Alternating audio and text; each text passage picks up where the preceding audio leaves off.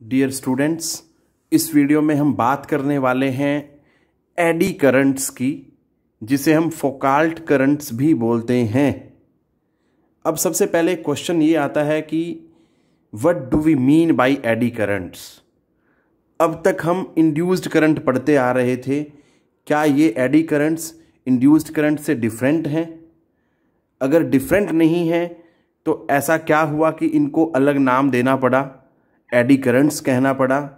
In which manner they are different from the induced current, ये सब हम पढ़ेंगे बेटा इस पर्टिकुलर वीडियो में। बेटा तो ध्यान से देखें क्या है एडी करंट्स। तो बेटा देखें एडी करंट्स क्या होते हैं।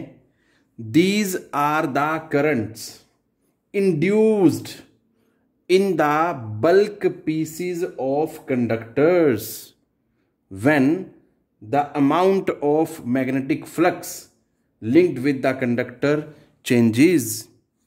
अब बेटा अगर आप ध्यान से देखें इसको, देखो ये क्या है, इंड्यूस्ड करंट ही है। फिर फर्क क्या है, नाम एडी करंट क्यों दिया गया बेटा? ठीक है, तो जरा ध्यान से देखें। अगर आप इंड्यूस्ड करंट के सभी टॉपिक्स पढ़ चुके हैं तो उनमें आप देखेंगे बेटा we were using a coil, एक कॉइल यूज करते थे हम। बट यहाँ पे क्या आ रहा है, जो करंट इंड्यूस हो रहा है that is in bulk piece of conductor. बेटा instead of coil we are using metal. ठीक है बेटा, मेटल कंडक्टर्स हैं। अब बल्क पीस बोला गया मतलब उसमें साइज स्पेसिफिक नहीं है, छोटा पीस भी हो सकता है मेटल का, बड़ा पीस भी हो सकता है। ठीक है बेटा, उनमें जो करंट इंड्यूस होता है उस इंड्यूस्ड करंट को हम क्या बोलते हैं, एडी करंट्स बोलते हैं। और ये तो हमें पता ही है, इंड्यूस करंट कब होता है, whenever there is change in magnetic flux. अब बात ये आती है सामने कि भैया एडी करंट ही क्यों बोला गया इसको? जो बल्क पीसीज ऑफ मेटल्स होते हैं या कंडक्टर्स होते हैं उनमें जो इंड्यूस्ड करंट है उसे एडी करंट ही क्यों बोला गया?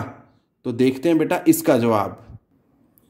The flow pattern of current induced in bulk pieces of conductors resemble with swirling eddies in water.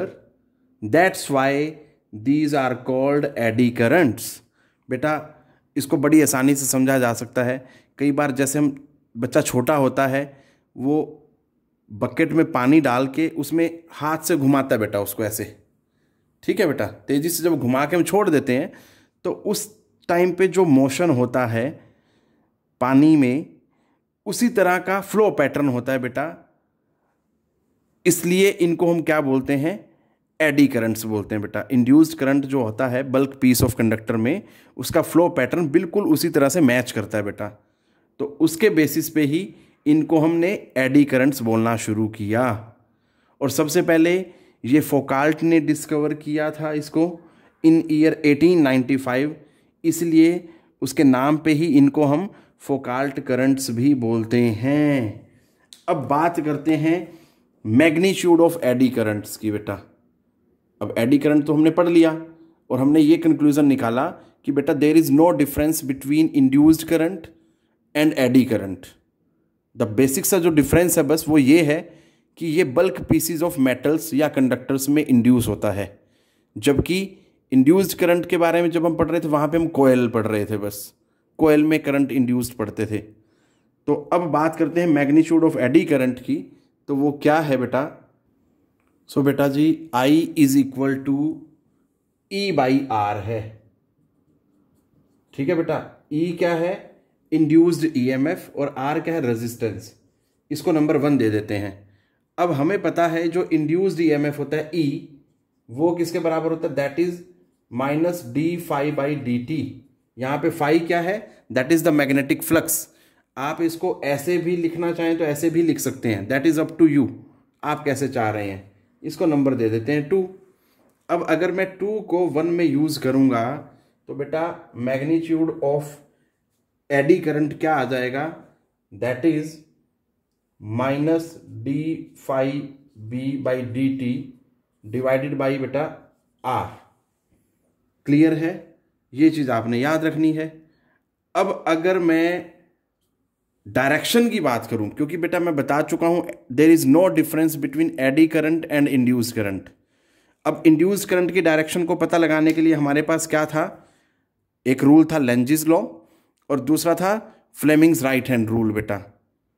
तो अगर वो दोनों इंड्यूस करंट की डायरेक्शन को पता लगाने में हेल्प करते हैं तो एडी करंट की डायरेक्शन को पता लगाने में भी ये दोनों लॉ जो हैं एप्लीकेबल होंगे, Lenz's law as well as Fleming's right hand rule. ठीक है बेटा जी, so that's it which I wanted to discuss in this video. Take care बेटा, पढ़ते रहें।